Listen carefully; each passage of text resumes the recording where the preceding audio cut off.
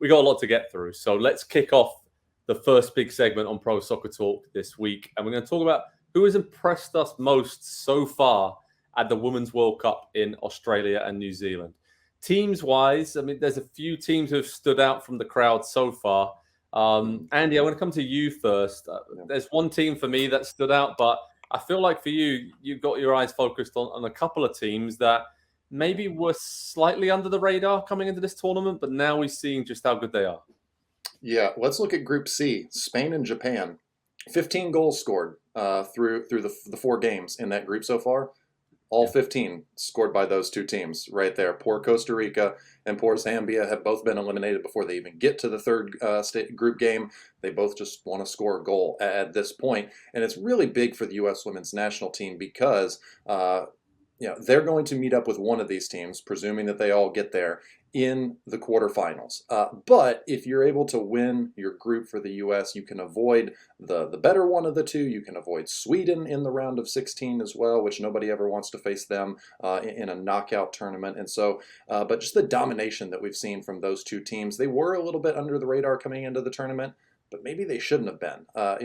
They obviously still have to play one another in the final group game, and I think that will tell us a lot about which one of these teams maybe has a chance to win this tournament and which team has a chance probably to make a deep run in the tournament and maybe knock out one of the other big favorites. But Group C has just been absolute domination, and it's going to be really, really interesting to see how the knockout round bracket gets drawn up based on who wins that third group game, who finishes top of the group, and how it relates to the U.S. women's national team on that side of the bracket as well.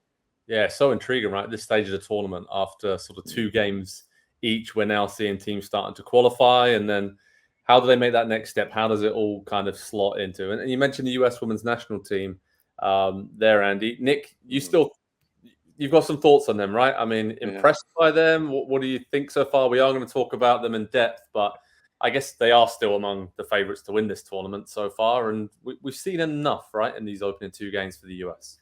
Yeah, look, I kind of want to take the Man City approach with them to a certain extent, where they outshot the Netherlands 18-4, even though they didn't have the ball and they didn't finish their chances. And there was a lot to worry about. I think the coach didn't help them very much with how they were set up. Obviously, waiting on Rose Lavelle's knee has been an issue for this entire team. But given all of that, to dominate a team and maybe not put yourself in the best for the knockout rounds.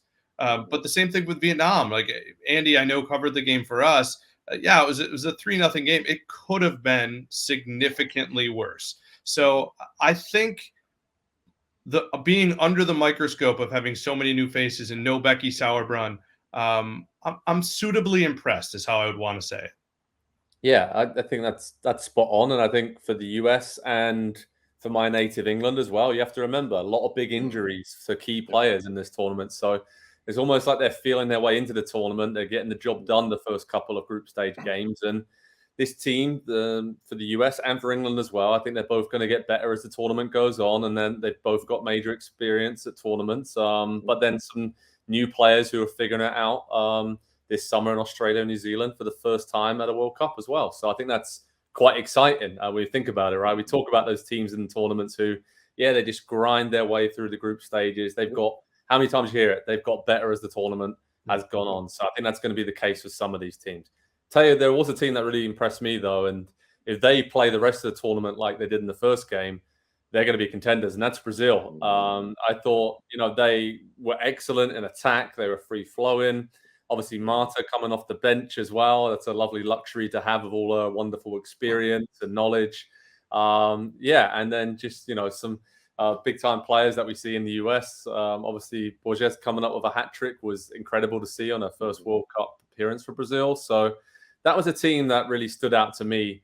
And, again, I'd love to see a bit more of them and against opponents, but they do have to play France to come. And Andy, as you mentioned, Japan are playing Spain as well in the group stages. So some really, really big group stage games still to come. Any players that have stood out for you, Andy, and caught your eye and impressed most so far? Because mentioned there, a couple of players from Brazil, obviously some US youngsters have stood tall.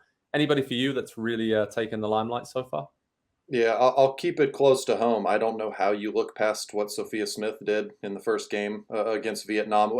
We all knew, I think, if you watch the U.S. women's national team enough, if you watch NWSL enough, if you, I don't know, come from a city that went to the championship of the NWSL last season and got beaten by Sophia Smith, that's me, Kansas City Current. Hello, right here. You knew already, but to go onto the world stage in your very first World Cup game, your first exposure to literally the world, and show up with 2 goals and an assist and just look so confident and comfortable the way that she did at 22 years old. It's really the final step of her career to get to that peak, one of the best players in the world conversation that she is at already at this point. So it was really nice to see not just deliver on the hype, but show that she can become probably the focal point of that attack for the U.S. women's national team going forward, not just in this tournament, but for years and years and years to come.